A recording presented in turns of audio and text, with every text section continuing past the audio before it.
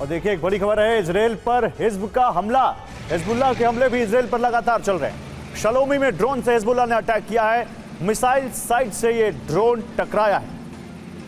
हमले में missile site को नुकसान पहुंचा है। तो ईरान पर अमेरिकी हमलों को करीब 45 घंटे बीत चुके। तेहरान में प्रतिशोध की तैयारियां जारी हैं, जिसमें पूरा अरब जल सकता है। वहीं दूसरी तरफ अमेरिका से आ रही रिपोर्ट्स इशारा करती हैं कि बेंजामिन और ट्रंप के बीच युद्ध पर सहमति बन चुकी है।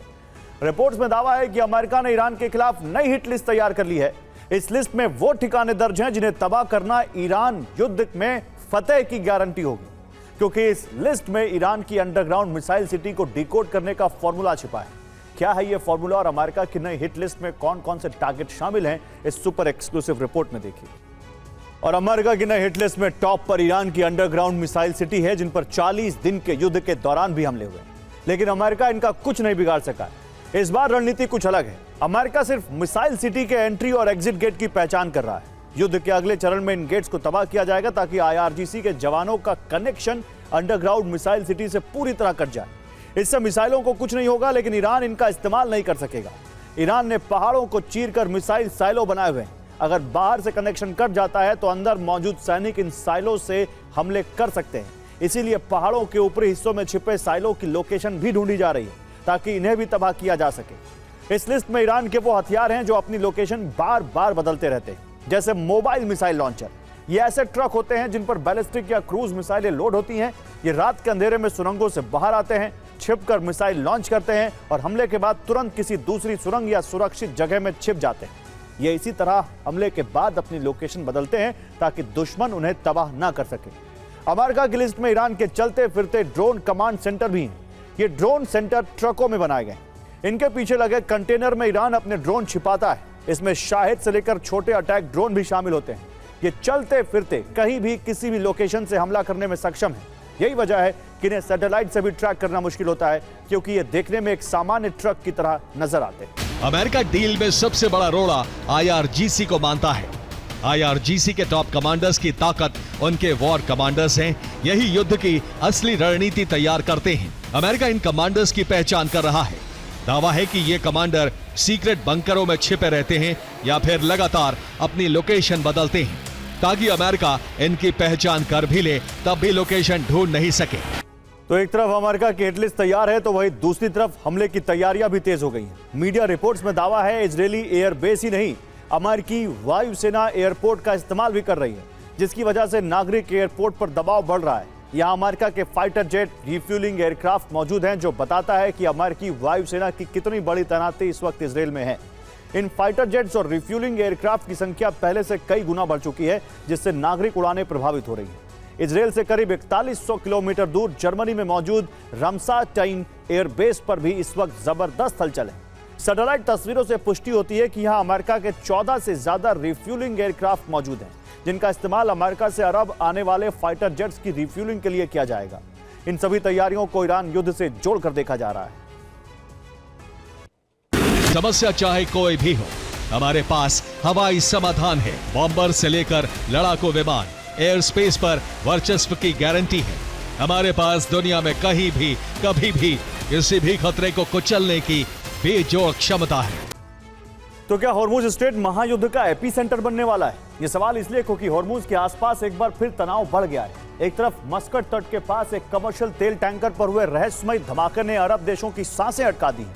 दूसरी तरफ अमेरिका की मीडिया रिपोर्ट बता रही है कि पेंटागन बिना किसी औपचारिक ऐलान के प्रोजेक्ट फ्रीडम शुरू कर चुका है। और इस बीच ईरान ने हॉर्मुज में अपनी मिलिट्री चेकपोस्ट खड़ी करके नो परमिट नो पैसेज का नियम लागू कर दिया है। तो क्या हॉर्मुज में बढ़ता बारूद किसी भी पल पूरे पश्चिम एशिया को महायुद्ध की आग में झोंकने के लिए तैयार है? इस रिपोर्ट में देखिए। अभी तक इस विस्फोट की जिम्मेदारी किसी ने नहीं ली है, लेकिन समुद्र में फैलते ईंधन और मस्कट के तट पर छाए काले धुएं ने साफ कर दिया है कि ये जलमार्ग अब व्यापारिक जहाजों के लिए एक सुलगता हुआ डेथ ट्रैप बन चुका है।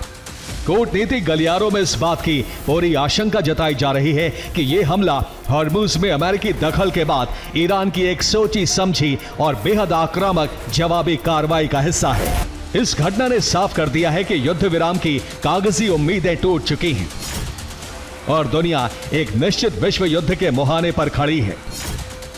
समंदर की लहरों के बीच दोबारा भड़के बारूद ने ग्लोबल एनर्जी सप्लाई चेन की सांसें फिर अटका दी हैं, क्योंकि हॉर्मुज के एक तरफ कई देशों के तेल से लदे विशाल जहाज निकलने की कोशिश कर रहे हैं, तो दूसरी तरफ दुनिया भर के मेगा तेल कंटेनर हॉर्मुज में जाने के लिए इंतजार कर रहे हैं। अमेरिका और ईरान दोनों से ग्रीन सिग्नल लेकर कुछ जहाज हॉर्मुज पार करने में भी कामयाब रहे हैं।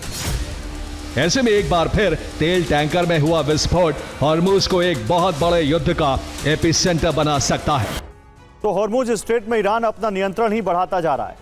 खबर है कि हॉर्मुज में ईरान अपना स्मार्ट कंट्रोल चेकपोस्ट बना रहा है। ऐसा करते हुए ईरान ये संदेश दे रहा है कि यह समुद्री रास्ता खुला रह सकता है, लेकिन ईरान की निगरानी और नियंत्रण व्यवस्था मौजूद रहेगी। IRGC ने दावा किया कि यहां से होने वाली कोई भी समुद्री आवाजाही उसकी सुरक्षा व्यवस्था और समन्वय के तहत ही हो रही है। ईरान का कहना है कि वह भी हॉर्मुज से गुजरने के लिए कोई टोल नहीं ले रहा है, लेकिन बिना अनुमति के किसी जहाज की आवाजाही स्वीकार नहीं की जाएगी। ईरान ने दावा किया है कि पिछले 24 घंटे में कम से कम 25 जहाज उसके स्मार्ट कंट्रोल से होकर हॉर्मुज से गुजरे हैं, लेकिन इसी समुद्री तनाव के बीच मस्कट तट के पास हुए धमाके ने तनाव दोबारा बहुत बढ़ा दिया है। ओमान के मस्कट तट से 111 किलोमीटर दूर एक तेल टैंकर के बाहरी हिस्से पर एक विस्फोट हुआ। विस्फोट के बाद समुद्र में ईंधन रिसाव की खबर आई और इसके साथ ही समुद्री सुरक्षा को लेकर नई चिंता पैदा हो गई। हॉर्मुज में अमेरिकी नौसेना ने एक बड़े और खुफिया ऑपरेशन को शुरू कर दिया है। अमेरिका की ही मीडिया रिपोर्ट में दावा किया गया है कि अमेरिकी नौसेना ने हॉर्मुज में कुछ जहाजों की आवाजाही में मदद करनी शुरू कर दी है। चर्चा एक ऐसे ग्रीक सुपर टैंकर की हुई जिसमें लगभग 20 लाख बैरल कच्चा तेल भरा था और जिसने इस समुद्री क्षेत्र को पार किया। कुछ मीडिया रिपोर्ट्स में तो यहां तक दावा किया जा रहा है कि अमेरिकी नौसेना ने बिना किसी औपचारिक ऐलान के इस इलाके में प्रोजेक्ट फ्रीडम ऑपरेशन शुरू कर दिया है। स्क्रीन पर दिख रही यह रेड लाइन अमेरिकी नौसेना की फारस की खाड़ी के बाहर चक्रव्यूह जैसी वो नाकाबंदी है जिसने 13 अप्रैल से लेकर अब तक ईरानी शासन से जुड़े 108 कमर्शियल जहाजों को जबरन वापस लौटने पर मजबूर कर दिया है। लेकिन इस भारी तनाव के बीच असली रहस्य प्रोजेक्ट फ्रीडम को लेकर गहराया हुआ है। अमेरिकी media the wall street journal ने एक बहुत बड़ा दावा किया है।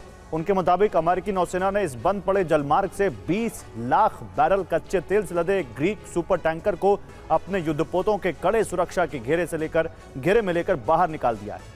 दावा है कि अमेरिका ने इस सीक्रेट ऑपरेशन शुरू कर दिया है, लेकिन अमेरिकी मिलिट्री के सेंट्रल ईरानी नेतृत्व का मानना है कि केवल कागजों पर किए गए दस्तखत और समझौते किसी बात की गारंटी नहीं है। जमीनी हकीकत यह है कि ईरान अब जब चाहे दुनिया के इस बड़े तेल रूट को पूरी तरह काट सकता है। हॉर्मुज का यही नियंत्रण अमेरिका के खिलाफ उसकी सौदेबाजी का सबसे बड़ा हथियार है। और पर्दे के पीछे अमेरिका और ईरान के बीच खुफिया शांति करार का ड्राफ्ट घूम रहा है, लेकिन मुस्तफा का इरादा कुछ और है। ईरान समझ चुका है कि ट्रंप को झुकाना है तो यूएई की हबशान फुजारा पाइपलाइन को उड़ाना होगा। वो पाइपलाइन जो हॉर्मुज को बाईपास करके यूएई की तिजोरी भर रही है। ईरान का प्लान बिल्कुल साफ है। अगर अमेरिका ने नाकाबंदी नहीं हटाई तो वो यूएई के तेल नेटवर्क और चमचमाते टूरिज्म सेक्टर को मलबे में बदल देगा। यानी जब अरब के देश तड़पेंगे तो ट्रंप खुद टेबल पर आएंगे। जंग के इस आर्थिक कत्लेआम के सहारे मुस्तफा खामनेई अमेरिका को झुकाने का ख्वाब देख रहे हैं। अमेरिकी हमलों के बाद IRGC तैयार है। इंतजार है तो सिर्फ मुश्तबा के इशारे का, जो किसी भी वक्त मिल सकता है। ईरान आने वाले 48 घंटों में जवाब दे सकता है, जिसमें सबसे पहला और बड़ा टारगेट यूएई है, दूसरा टारगेट सऊदी अरब, तीसरा टारगेट कतर, चौथा टारगेट बहरीन, पांचवा टारगेट कुवैत, छठा टारगेट ओमान हो सकता है। जैसे ईरान ने हॉर्मुज ब्लॉक किया हुआ है, बाबल मंदेब से होती किसी टैंकर को नहीं गुजरने दे रहा, अब यूएई की खुफिया पाइपलाइन पर भी हमला करने वाला है, जहां से हॉर्मुज को बाईपास करके ओमान की खाड़ी से तेल सप्लाई किया जाता है। और यूएई ने हाई अलर्ट जारी कर दिया है क्योंकि ईरान के टारगेट पर उसकी पाइपलाइन है जिसकी लंबाई 406 किलोमीटर है। यह पाइपलाइन हबशान से शुरू होती है जहां मुख्य फीडर स्टेशन है और प्रोडक्शन प्लांट भी लगा है। यहाँ 100 से 160 किलोमीटर का मैदानी इलाका है जहां से आगे सुईहान तक जाती है जो मुख्य पंपिंग स्टेशन है। इससे आगे रेगिस्तानी इलाका शुरू हो जाता है जहां से 165 किलोमीटर आगे तक अल ऐन तक पाइपलाइन पहुंचती है जो आगे हजर पर्वत तक जाती है। हजर पर्वत से अंडरग्राउंड पाइपलाइन शुरू हो जाती है जो पहाड़ के नीचे 67 किलोमीटर है और आगे फुजैरा पोर्ट तक पहुंचती है। यहाँ स्टोरेज टर्मिनल है। यहाँ से आगे समंदर के नीचे होते हुए 14 किलोमीटर पाइपलाइन ओमान की खाड़ी तक पहुंचती है। वहां फ्लोटिंग ऑयल टर्मिनल मौजूद है जहां से तेल सप्लाई होता है। इस बीच यूएई एक अंडरग्राउंड टनल नेटवर्क बना रहा है जो फुजैरा तक पहुंचेगी और जिसे वेस्ट ईस्ट पाइपलाइन कहा जा रहा है। इसका 50% काम पूरा हो चुका है। इससे तेल सप्लाई क्षमता 2 गुनी हो सकती है। तो मध्य पूर्व में जंग का दूसरा चरण शुरू हो सकता है और इस बार ईरान डर्टी बॉम्ब का इस्तेमाल कर सकता है। यूएई ईरान का प्राइम टारगेट हो सकता है, जिसमें भी अबू धाबी और दुबई पर सबसे पहले हमले कर सकता है। बुर्ज खलीफा को लेकर सुरक्षा बढ़ा दी गई है। ईरान डर्टी बॉम्ब से हमला कर सकता है, जिससे हमला हुआ तो अति संवेदनशील क्षेत्र जीरे से 500 मीटर तक है, जहां 1000 लोगों की मौत हो सकती है। जबकि इससे आगे संवेदनशील क्षेत्र आता है जो 500 मीटर से 1 किलोमीटर तक है। इस दौरान 5000 लोग घायल हो सकते हैं। इससे आगे रेडियोधर्मी क्षेत्र आता है जो 1 किलोमीटर से 10 किलोमीटर तक हो सकता है और इस जोन में 10,000 लोगों पर प्रभाव पड़ सकता है। वो गंभीर रूप से बीमार पड़ सकते हैं। ईरान इस तरीके से टूरिज्म सेक्टर को ठप करना चाहता है। और पुतिन के अल्टीमेटम के बाद से कीव पर संकट के बादल मंडरा रहे हैं। रूस ने कीव को खंडहर में तब्दील करने की पूरी प्लानिंग जमीन पर उतार दी है। यूक्रेन में सुनियोजित हमले तेज हो गए हैं। दूसरी तरफ कीव में महाविनाश की आड़ से यूरोप सहमा हुआ है, क्योंकि जंग विस्तार के बीच ही अमेरिका ने यूरोप से अपनी डीप स्ट्राइक पावर को घटाने का फैसला लिया है। क्या यूक्रेन इस संकट से निकल पाएगा? क्या यह किसी बड़ी जंग की आहट है? देखिए इस रिपोर्ट में। इसका मतलब है कि अमेरिका अपने सैनिक ही नहीं बल्कि डिफेंस सिस्टम, ड्रोन सिस्टम और एयरक्राफ्ट भी यूरोप से घटाने वाला है। डीप स्ट्राइक पावर में कटौती करने की वजह ईरान जंग है। अमेरिका के इस कदम से यूरोप की सुरक्षा पर सबसे बड़ा संकट गहरा गया है। ट्रंप की नीति है अमेरिका फर्स्ट और इसीलिए यूरोप का सुरक्षा कवच तोड़कर अपनी सेना को हटाकर अरब ट्रांसफर किया जा रहा है। यूक्रेन ने रूस के कब्जे वाले क्रीमिया पर भीषण ड्रोन हमले किए हैं। इन हमलों में 3 हवाई अड्डों को निशाना बनाया गया। बेलबिक, काचा और साकी के पास गोलाबारी और विस्फोट की आवाज सुनी गई। यूक्रेन ने डोनेट्स्क पर भी ड्रोन से ताबड़तोड़ हमले करके रूस को भारी नुकसान पहुंचाया। बेलगोरोद थर्मल पावर प्लांट पर मिसाइल और रॉकेट से हमला किया। यूक्रेनी फोर्स ने लगातार रूसी लॉजिस्टिक्स, ईंधन डिपो और आपूर्ति लाइनों पर हमले से रूस की युद्ध क्षमता को कमजोर करने की कोशिश की। एस्टोनिया की कंपनी अल्तायर ग्रुप ने P4P high speed drone interceptor बनाया है। इसको रूस के नए जेट इंजन वाले तेज रफ्तार ड्रोन को रोकने के लिए डिजाइन किया गया है। P4P इंटरसेप्टर ड्रोन का हाइब्रिड डिजाइन है। ये एक मिसाइल की तरह वर्टिकल टेक ऑफ करता है। ऊंचाई पर पहुंचते ही इसके रॉकेट बूस्टर चालू हो जाते हैं। इसके बाद ये रूसी ड्रोन पर मिसाइल की तरह हमला करता है। ये इंटरसेप्टर 500 किलोमीटर प्रति घंटे की रफ्तार से उड़ रहे रूसी ड्रोन को भेदने में सक्षम है। अमेरिका पूरी तरह से ईरान में उलझ चुका है। यूक्रेन के मुद्दे पर भी नेटो देशों में फूट पड़ चुकी है। कुछ ही देश हैं जो अब यूक्रेन की मदद कर रहे हैं। हॉर्मुज की वजह से दुनिया एक बड़े संकट से उबरने की तैयारी कर रही है। ऐसे हालात में चीन और रूस दोनों अपना वर्चस्व बढ़ाने की प्लानिंग कर रहे हैं। नेटो ऐसे हालात में रूस को बड़ा खतरा मान रहा है, क्योंकि रूस अपना बाल्टिक प्लान शुरू कर सकता है और यूक्रेन युद्ध का विस्तार हो सकता है। अमेरिका नेटो से बहुत दूर हो चुका है। ट्रंप ईरान के साथ युद्ध में उलझ चुके हैं। यूक्रेन की मदद को लेकर नेटो में फूट है। मीडिया पर फिर ब्रिटेन, जर्मनी और डेनमार्क को धमकी दी जा रही है। हर देश की राजधानी को तबाह कर देने की धमकी दी गई है। रूसी टीवी के शो में ब्रिटेन को सबसे आसान टारगेट बताया गया। स्टारमर के मुताबिक क्रूज मिसाइल से लैस रूसी युद्धपोत ब्रिटेन के तट पर देखे गए। 2 महीने में तीसरी बार रूस के 2 युद्धपोत ब्रिटिश जल क्षेत्र में घुसे हैं।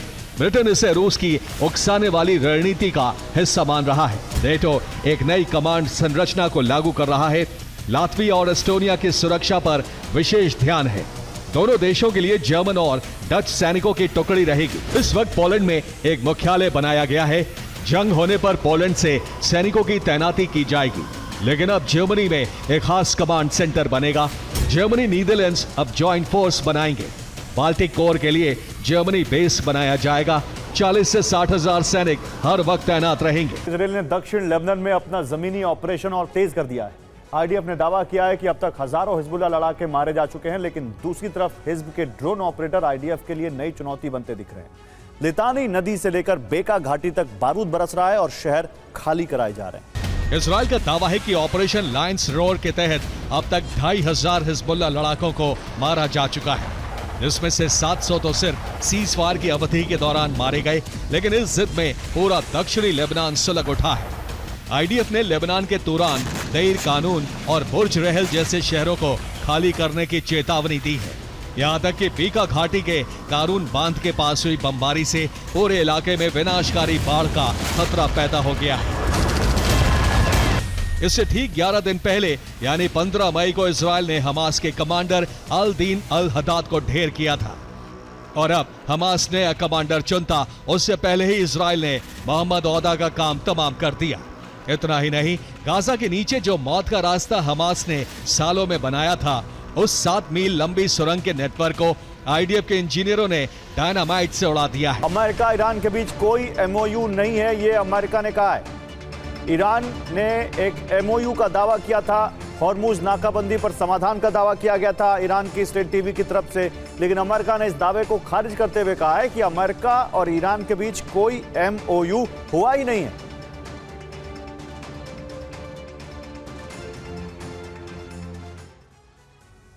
और ईरान पर ट्रंप की नाकामी के भी खूब चर्चे हो रहे हैं। खासकर मीडिया ईरान नीति को लेकर ट्रंप पर कई बार सवाल उठा चुका है। मीडिया की ऐसी कई रिपोर्ट्स हैं जो ट्रंप को बिल्कुल पसंद नहीं आई और यही वजह है कि ट्रंप अब मीडिया से भी नाराज हो गए। ट्रंप ने कहा है कि फेक न्यूज मीडिया उनकी सरकार के खिलाफ ईरान के पक्ष में गलत प्रचार कर रहा है। ट्रंप ने यहां तक कह दिया है कि अमेरिका ईरान में जीत भी जाए फिर भी मीडिया ईरान को जीता हुआ बताएगी। ट्रंप ने अपने social media platform truth social पर लंबा पोस्ट लिखते हुए मीडिया और डेमोक्रेट्स दोनों पर हमला बोला। ट्रंप ने लिखा, अगर ईरान आत्मसमर्पण कर दे और ये स्वीकार कर ले कि उसकी नौसेना तबाह हो चुकी है, उनकी वायुसेना भी खत्म हो चुकी है और ईरान की पूरी सेना हथियार छोड़कर हाथ उठाकर सरेंडर चिल्लाती हुई तेहरान से बाहर चली जाए, ईरान के नेता भी आत्मसमर्पण कर दें, फिर भी फेक न्यूज मीडिया इसे अमेरिका की हार और ईरान की शानदार जीत बताने की कोशिश करेगा। ट्रंप ने लिखा है, failing New York Times, China Street Journal, भ्रष्ट और अप्रासंगिक CNN और फेक न्यूज मीडिया के दूसरे सभी सदस्य ये शीर्षक देंगे कि ईरान ने अमेरिका पर एक शानदार जीत हासिल की है। डेमोक्रेट्स और मीडिया पूरी तरह से अपना रास्ता भटक चुके हैं।